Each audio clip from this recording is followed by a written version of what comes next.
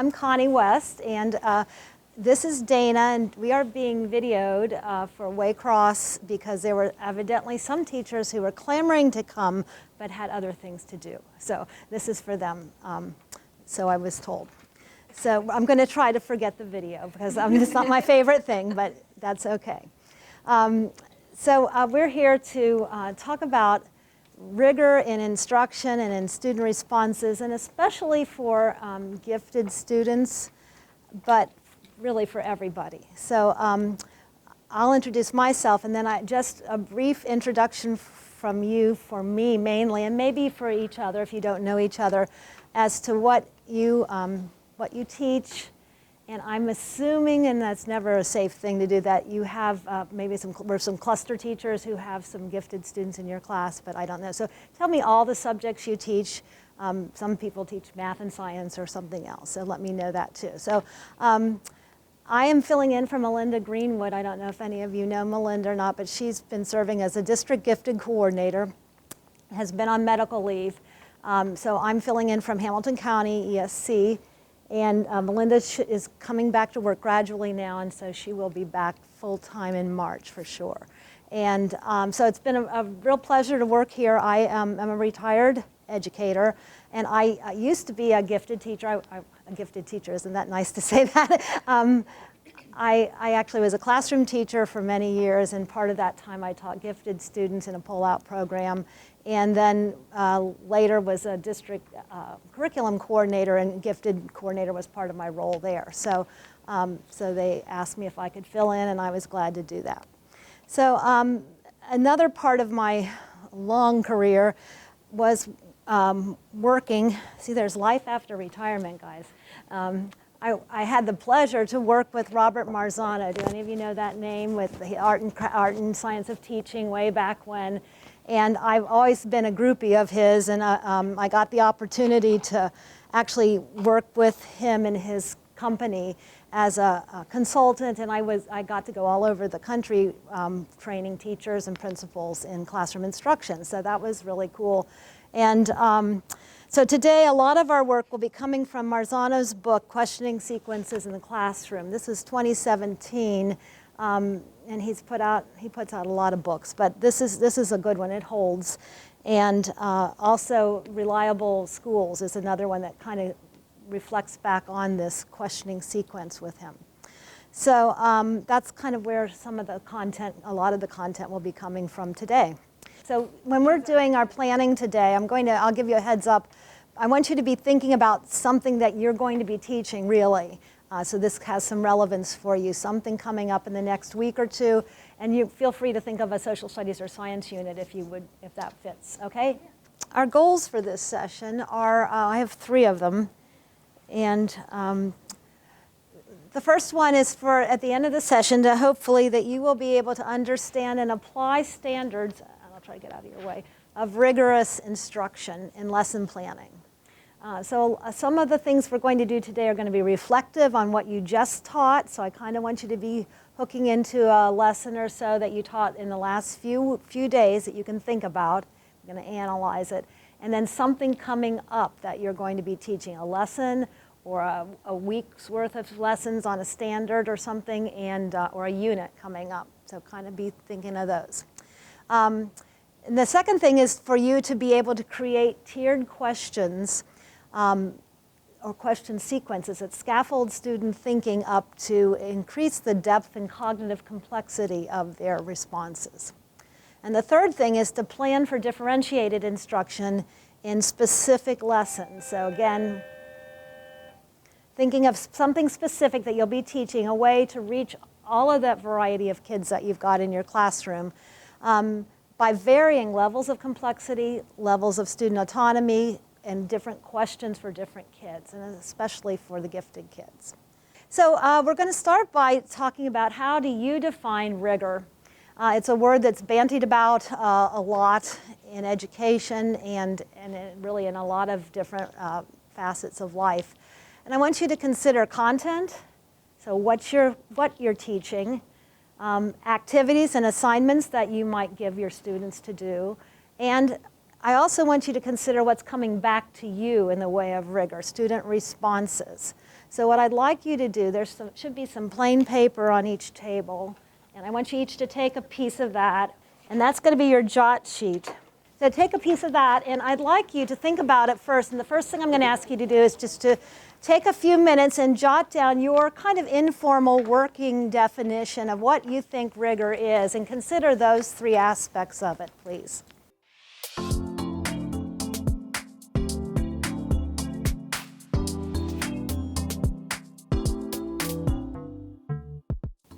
Okay, I'm going to ask you, and pardon me for this, but I'm going to ask you to stand up in just a minute. So I'll give you some warning because that gets you moving a little bit. And I'm going to ask you to have what I call a stand-up conversation. Take your paper with you, and I'm going to ask you to find somebody that you're not sitting with to share your thoughts on what rigor is. Just tell them what you wrote down, and they will do the same for you. And then I'm going to ask you to kind of move around a lot so you hit as many different partners as you can to stand up and share your thoughts. And listen for commonalities. Listen for things that you, oh yeah, I hadn't thought of that way, or things that you have written the same. So go ahead and stand up. We'll just take about 3 or 4 minutes for that.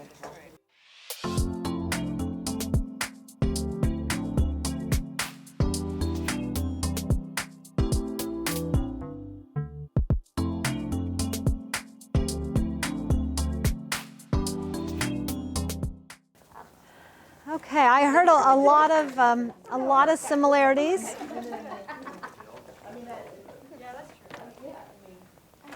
I heard some different kind of spins on it, but a lot of you said things like the level of thinking is deeper, more open-ended questions, real-world things, not just literal answers to questions. So a lot of that challenging, I heard that.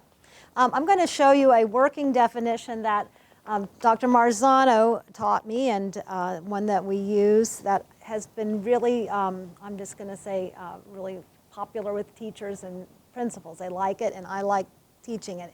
It's just a working definition. There are lots of ways you can go, but I'm going to pose this formula, if you will, that rigor is a combination of cognitive complexity plus student autonomy. They are married, and they go together. And I'm going to show you how we're going to pick it apart, and then we're going to put it back together again too. But there are two parts. So cognitive complexity, the level of deep thinking that is going on, and the difficulty of the material that they're working with, especially when you're in math. One way you make it harder is by giving them harder material. But there's the cognitive complexity plus the student autonomy, and I'll define student autonomy as the ability for a student to control their learning. And we understand that we're in a school, we're not out in the free world, so there are some restraints on that. But within the norms of a classroom, what can they do to have some control over their learning? All right, so I'm going to give you this graph to look at. And this is, so with those two components, that's cognitive complexity and student autonomy, and think of it as just an x-axis and a y-axis. And when I've done this with a number of other schools, and when I would work, I did a lot of coaching, and I would go back into the classroom, and they'd just go like this to me, like they're thinking about the graph, and they go, oh, that was really good. So if we do that, we're not doing a dance step, we're doing the graph. But on the vertical axis, the y-axis, the complexity of the lesson, if you kind of divide it from 0 to 10, you want to think about how hard is this, how complex is the thinking that they have to do to give me the answers to the assignments that I'm giving them, or the concepts I'm teaching them. How hard is it? That's up on the vertical one. On the horizontal axis, it's how much autonomy do they have? How much are they kind of have their choice and voice? We talk about giving them choice and voice. So where is that on that scale? Now, it doesn't go in a straight line. Rigor is the sweet spot between high cognitive complexity and high student autonomy. That's where we want to aim for. But that does not go in a straight line. It goes by stair steps, gradually, or if you will. So that when you are introducing, and it depends on where you're at in your lesson cycle. If you're introducing something, you're going to expect lower student autonomy, lower complexity. You're going to bring it into them. You're going to be kind of teacher directed at the beginning of the lesson or the series of lessons or the unit. So you can make this small or you can make this drive your whole unit.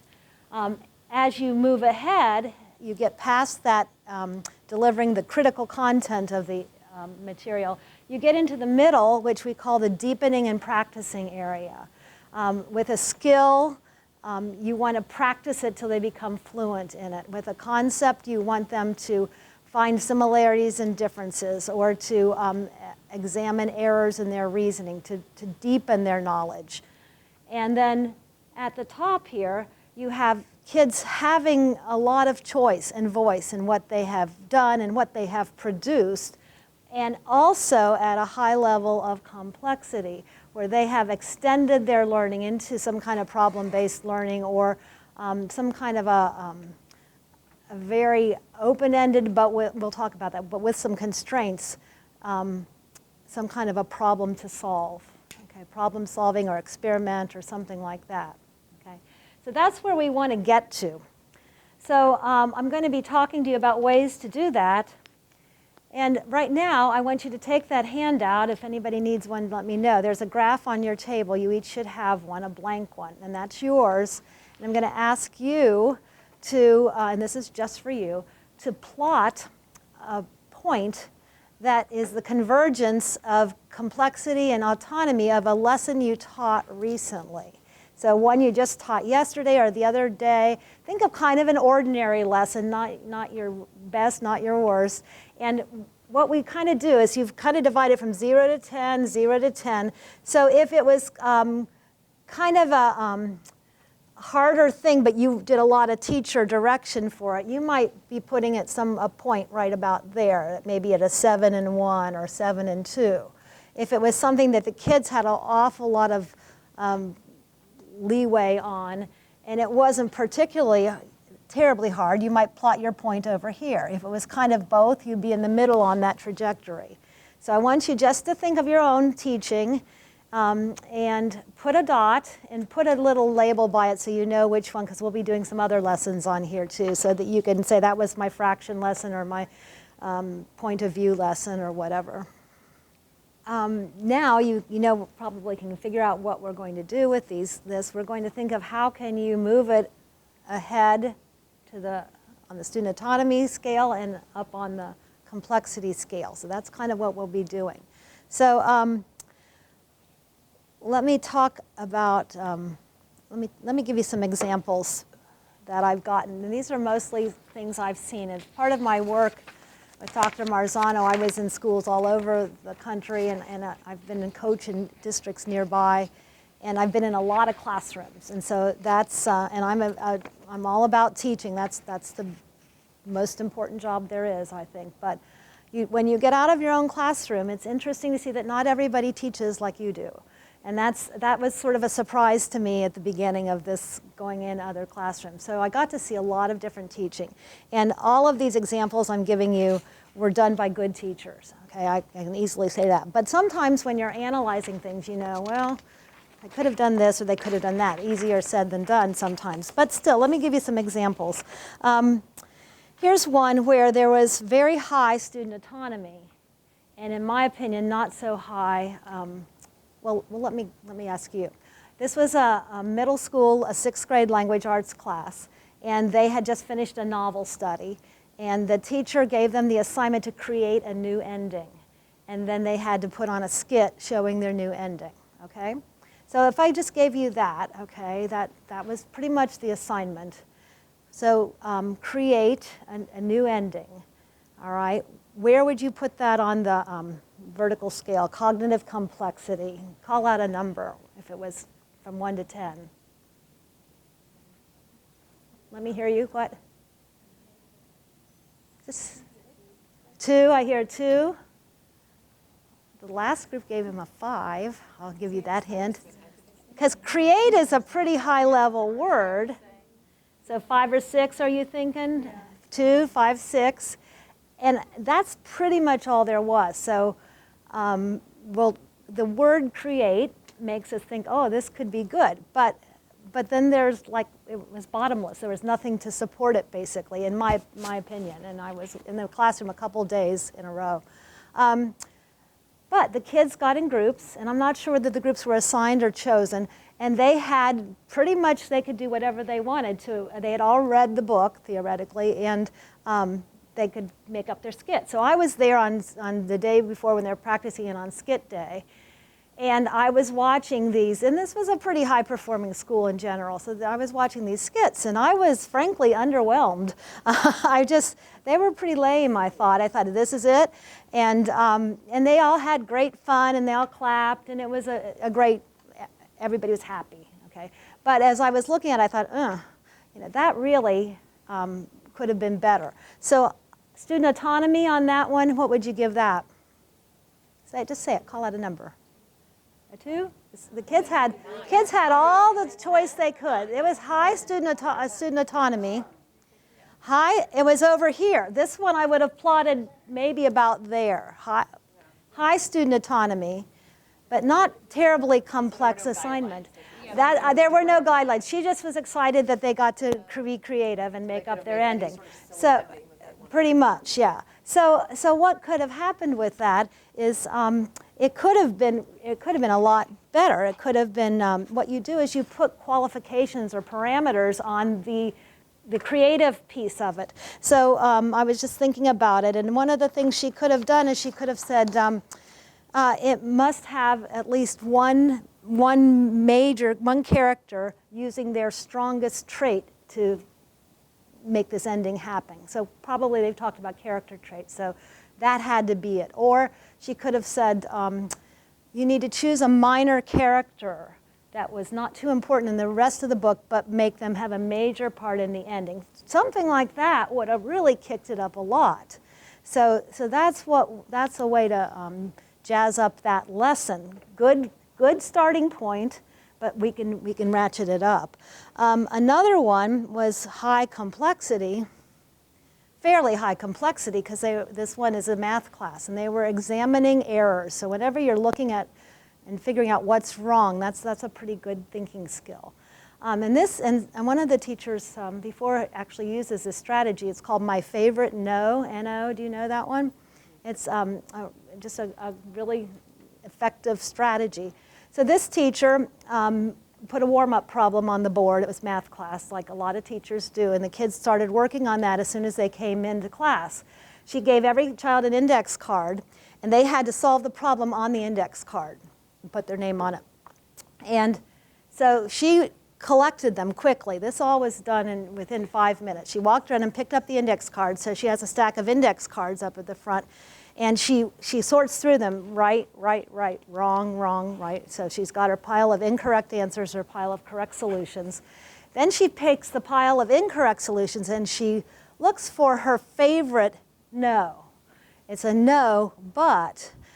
So she sees a student's work that was close but made a common error, or had done good thinking but just got the wrong answer, and she showcases that by putting it up on a doc cam and walking the whole class through it. They go through step by step. Was this part correct? Was this part correct? Yes. Where's the error? Oh, here's the error. What was that student thinking? Oh, they had multiplied incorrectly, or they had not distributed it all the way through, something like that. And so the class is solving the problem.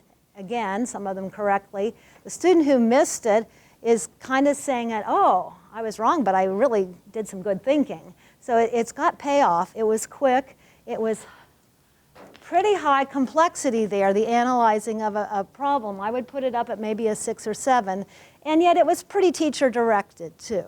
So I would put that one up there. So there are both ways that activities can fall.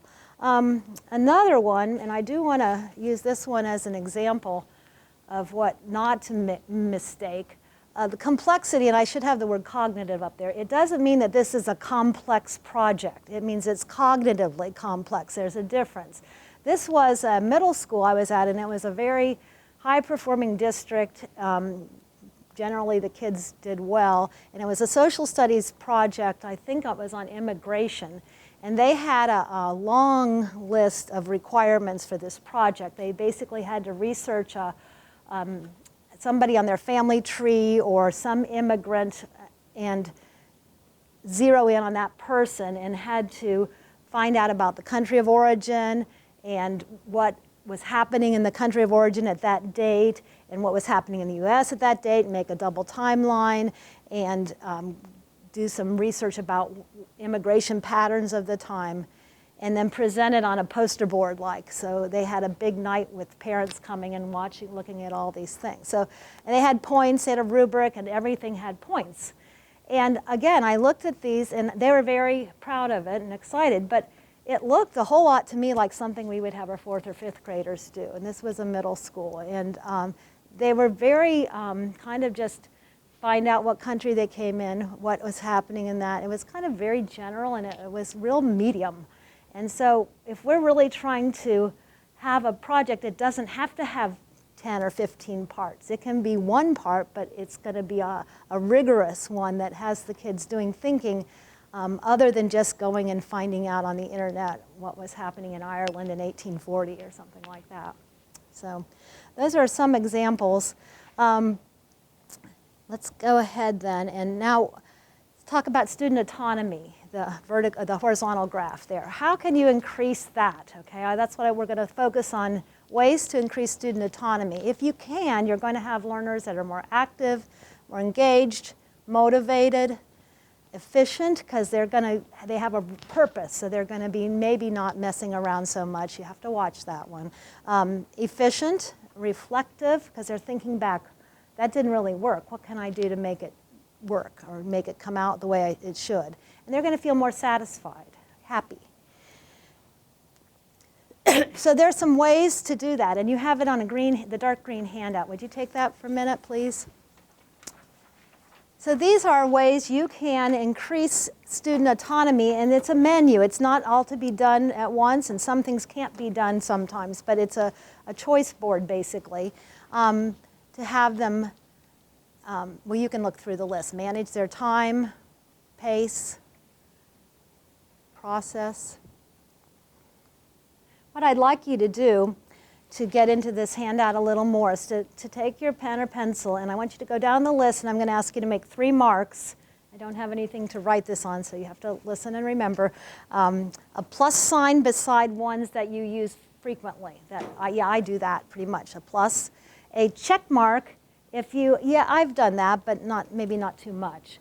And an arrow for ones that I need to learn more about this or try this more. Maybe I've never done it, or I didn't do it, didn't feel like it went well. So go ahead and mark up the sheet, and we'll talk about that. When you've finished, I want you to share your list with your next door neighbor or at the table over here. I'd like you to, you can put your name on or initials on it or something. I'd actually like you to kind of trade papers, if you will, or else talk about, and I want you to focus on things that you've used that have gone really well, or some of those arrows. I'd like to try that, and I want you to listen for ideas, because as is the case, at least in the last session, we've got a lot of different pluses in different places, different arrows in places, so we can learn from each other. And I am going to ask you afterwards if you wouldn't mind sharing something that you learned from someone else here. So kind of listen for something you might share, and we'll see if the person will let you share it, okay?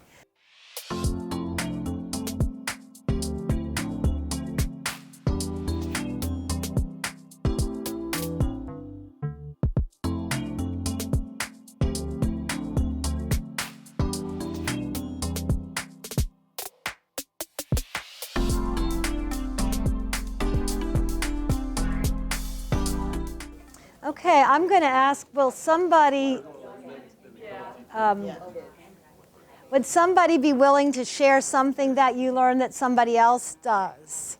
That would be, is a nice thing, a good thing to know. Give your partner a little nod if you can do that, or not share, but somebody share out. You two were having a great conversation. Emma and Dave, okay, what kinds of things are you talking about? We were talking about like the work alone in partners or in a group. We were kind of having a conversation of like when we allow them to work in partners or group, we hear a lot of noise, and sometimes as teachers, it's like, oh my gosh, like there's so much noise going on, I feel like we need to like bring it down. But as we like walk around the classroom, they're actually like talking about what they're learning, helping each other. Right. And that kind of like frees up our responsibilities a little bit, so you don't have 10 kids running to like, is this correct? Or did I do this right? That they can have that like partner group to kind of reassure, self-evaluate each other. Good, good, thank you. And it's a tough one, but you're getting benefits. That's what you have to keep remembering. The more involved they are, the more they're going to engage them or invest in their learning. How about somebody else has something that they shared, or talk about showcase a little bit. Did anybody, we had a nice discussion about that in the first session. Showcasing their work. This is something especially for gifted kids. Part of the original one of the early gifted models had task commitment and product production as the culminating thing. For gifted kids especially, can really take things far. So showcasing can be very big, or it can be as simple as asking a student to come up and explain how they solved a math problem, and making sure it's a safe place to do that, so that the student gets a little bit of a pat on the back. So how about some of your experiences with showcasing their work? Showcasing it, meaning, gosh, you did a really good job. I want everybody to see that. It doesn't have to be a parent night or hanging in the hall. It can be. What are some ways you have had experience with showcasing? Morgan? When we do like novel studies, sometimes if there's like extended response questions, like students that have done a really nice job writing incomplete sentences, like using transition words, I'll just take a picture and like crop it down and pull it up to show the rest of the class, like, this is a great response. Of their work. You should take a picture of their work. Oh, great. Okay, good. Great. Others? Yes. For math class a lot, we write on our desks, because our desks are dry erase, and I do like a gallery walk, so I say you can solve this any way you want.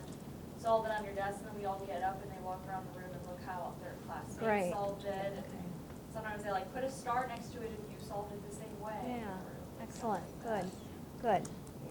So good. Others? Okay, so obviously this is, like I said, a menu. You don't use all of them all the time, but try to think back on the lesson that you plotted on the first time we did that. Is there something you could have done, or maybe the next time you teach it, that you might try that would push that a little further along the student autonomy scale? If you had it at about a 4, what could you make it a 5? If you had it at a 7, could you give it more? If you had it at a 2, just kind of think about that. Those are jot down things for you to take back and try to, the next time you teach it, see if you could work in some of this and see if the results are better. Now we're going to talk about ways to ratchet up the cognitive complexity. One way is increasingly difficult material, especially with reading, especially with math skills. Increasingly difficult demand, what you're asking them to do for you. Asking them to write extended responses, to put some, show it in a different way of representing their information. Show it 3 ways. In a math problem, solve this 3 ways. And also through questions that are planned ahead of time, written down ahead of time, and designed to elicit this greater depth of thinking. So that's what we're going to be talking about for the next part here, is tiered questioning or question sequences. And I'm using Dr. Marzano's language here, but this is a common thread through many researched practices that lead to higher order thinking. And we hear a lot about higher order questions, and I know you know a lot about that, but the research really shows not a great gain from just asking higher order questions unless they've been built up to, unless you have scaffolded them and prepared the students with that basic information and led them up to those higher order questions. Then they pay off, a lot of bang for the buck. But just throwing out questions or solve this problem without giving them some background there, it's not nearly as effective. So we're going to talk about clusters or sequences of questions. And there are 4 steps that Dr. Marzano talks about.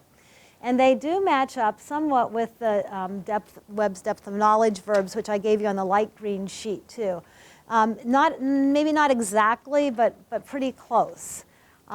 So I'm going to give you the overview, then I'm going to go through some examples step by step, then I'm going to have you write a sequence of questions based on some lesson or unit that you're going to be teaching in the next week or two or month, and I'd like you to use the questions, okay? So make them real. So the first question, or the first level of this sequence of questions, asks about details about the content. So we want the student to be able to articulate the details. The second step is for them then to identify characteristics and more generalize those details into categories. And we'll show you examples in a minute. The third step is to elaborate on the previous answers. And the fourth step is to provide evidence and support for their answers that they've given you before. So these questions could be, you could have 4 questions in one lesson. Bing, bing, bing, bing, leads the lesson along, ends up with a good thought question at the end, or a good partner, let's prove this. Or it's, I think, works really well for a week's worth of lessons, or if you're working on a standard to move you through that instruction, or they can guide your unit. And I also need to say they don't have to be questions. You can say things like label the Great Lakes on this map, or name the label vertex, angle, side, for if you're doing shapes and things like that. So they can be statements as well as questions. All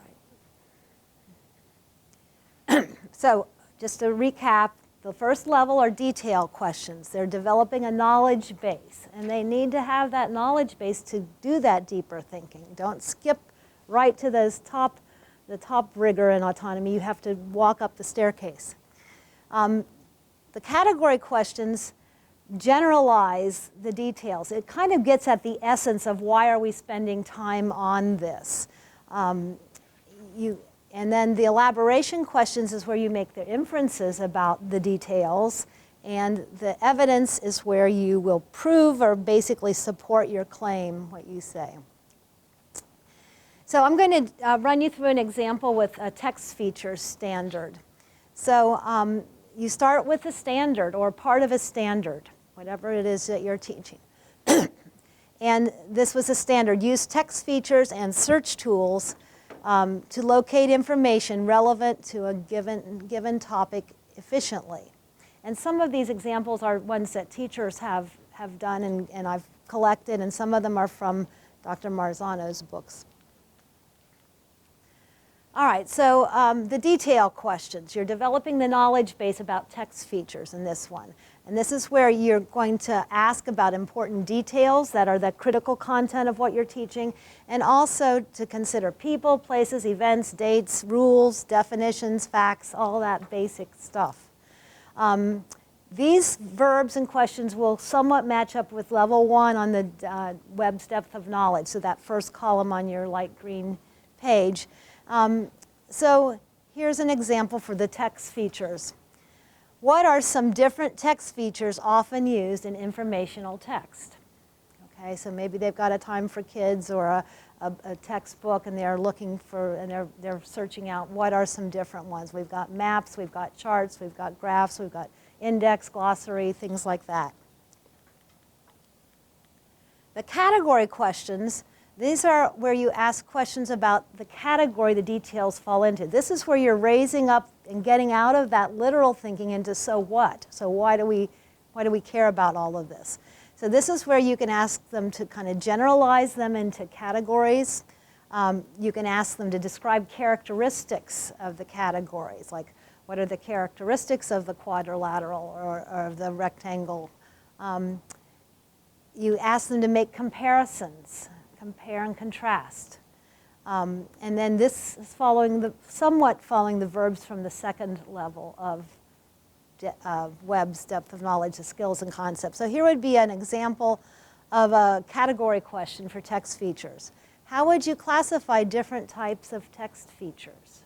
So they've found all these different text features, so let's put them in categories or groups. Well, there'd be the visual ones, there might be charts, There might be ones that help you read a book better, things like that. Or another one, how do text features help you locate the information you need better than written texts? So what if they had just a list of the populations of the state capitals in a paragraph or in a chart? How would reading the chart how would that help you understand the material better? And then the elaboration questions. These are questions that ask why, and I have this all listed on that white paper for you too. Why, what if, how would you explain? What effect would it have if, the what if questions. And this is where you're going to kind of lean towards the strategic thinking category, level 3 of the Webb's depth of knowledge questions. So this would be an example of a category questions for text features. How does using this text feature add more meaning for you? What might happen if a science book had no text features? And how would you choose which kind of text feature to use for a body of text? So the kids are doing more of the thinking here and responding through you've given them a passage and they're going to create a text feature that would make it easier to read or something like that. Then the last one is they're going to justify it. So they're going to provide support. So suppose they chose a chart to show the information in, and where did you find that information, or why did you do that one? Why did you think that? Or give me an example of when your answer wouldn't be true. Putting some constraints or restrictions on their work, and finding some errors. What part of your statement might not be true? And then examining it from a different perspective. So how do you think another character in the book might answer that question, or something like that? So these fit different situations, but those are some examples. And you're going to go up to that last category, the extended thinking column on your green page there. So again, the text features, tell me why you think that. Find some examples to explain your reasoning. So here it is in a package there, kind of. This is the whole kit on the text features. The details, the categories, the elaboration, and the evidence. When you write yours, you can write multiple questions, just play around with it and pick your favorite, or you can have several questions or statements, or you can just have one. Here's some more examples. This is geometry. Okay, this was the standard, I'm going to have to step over here. Verify the properties of rotations, reflections, and translations. And so the details are how would you describe these different types of transformations. So basically getting the vocabulary defined. Rotations, reflections, translations. Which transformations lead to congruent figures? That would be a category. So now we've learned all the detail, the kinds of transformations. Now, so what about them? Oh, some of them, when you flip it, it's congruent, and some of them, when you stretch it, it's a similar figure. So you're splitting them into categories now. Which ones lead to congruent and which ones lead to similar figures? So elaboration, what effect would a rotation and a dilation have on a figure? So now you're asking them to apply what they've learned to a particular given shape. And then the last one, explain how you would move figure A to figure B using a series of transformations. Here's one with reading. This was a novel, Bud Not Buddy. A lot of you may know that one. Okay. So the details, some questions about the plot and the characters. When did Bud Caldwell live? Where does Herman Calloway live? What happens when Bud meets Lefty? Okay. And then we're going to generalize those questions now, so what? So we know all this stuff, so where's the meaning? So what are the characteristics of all those people who helped Bud? Okay, are we looking for something in common that, oh, so it's this kind of people who have helped him. It's the down and out people who have helped him, perhaps. Compare Lefty Lewis to Steady Eddie, two characters in the book. The elaboration now, we're taking their answers from the previous one. So when you're writing your questions, you kind of have to write the question or the answer, the anticipated answer. You kind of have to think, what are they going to answer? So then I'm going to follow up with this. So why are the people who listen to Bud the same ones who help him? Maybe an answer would be because once they hear his story, they know that this is a boy who genuinely is on a search or whatever. What if Hermione Calloway had treated Bud like a nuisance? So how would, if we put that twist in it, what would have changed? So the evidence is which passage in the book support your claim.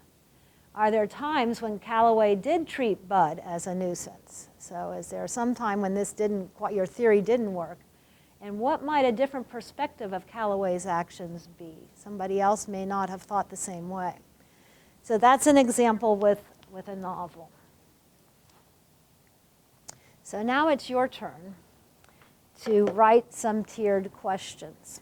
So I would like you to think of some standard or some topic or some unit coming up and use any, your computers or anything you've got. If you're teaching the same thing as somebody else, you can work together. And I'd like you to create 4 questions, at least 4. You can put more than one in a category there. And I'd like you to work on this as a worksheet that you can take with you, but I also want to take a look at what you've done too. So hopefully you can use this, and when you're planning these, it helps if these are written into your lesson plans or put them on Post-it notes or something so that you will constantly be moving ahead, details, category, elaboration, evidence. And I'm going to only give you about 10 minutes, 10 short minutes now to do this, but I want you at least to try your hand at it a little bit. Just use some of the stems that I gave you and plug in your own content and see what you can do with it.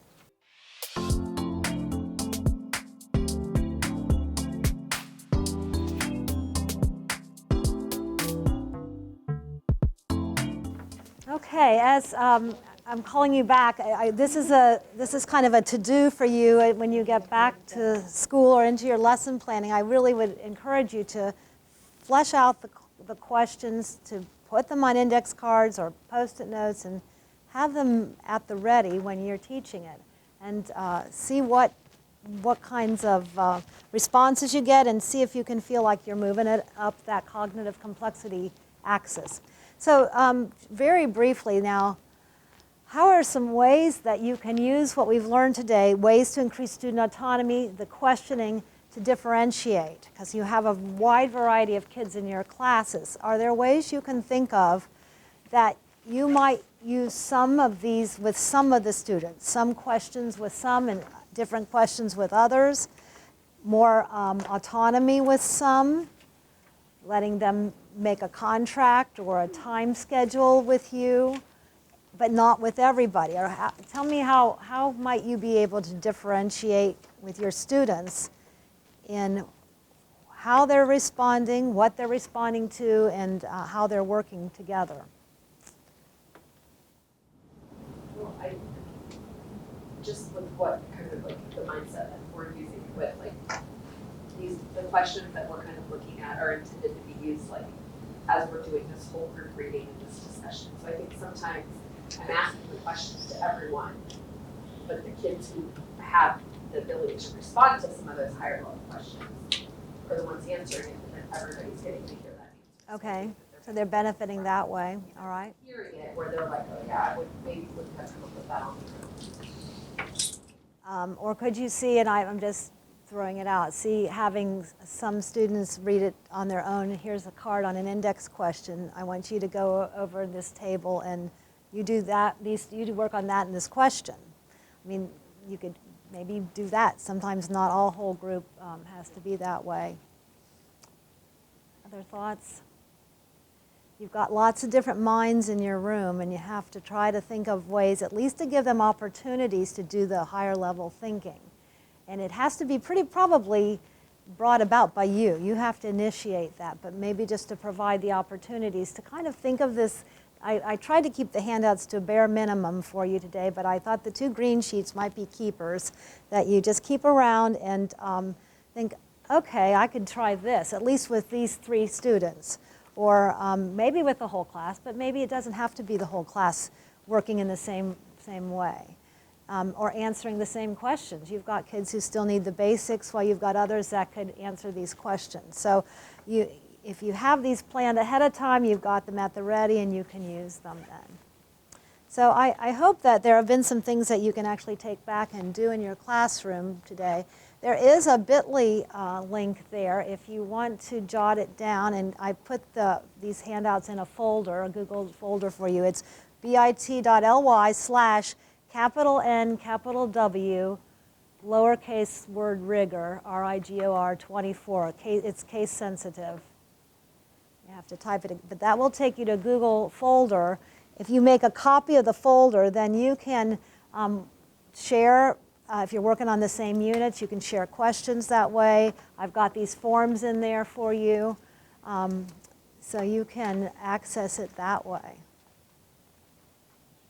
And then the last thing is this is a QR code that you're going to need to snap to fill out the feedback form for the district. So you'll need to do that today too. Okay, well before we go, I just want to thank you for your work this morning with your great group. Lots of good discussion and working at the task. There is my email for Hamilton County, connie.west@hcsc.org. If you want to send me any results or any things you've developed, that would be super. I'd be glad to take a look at those.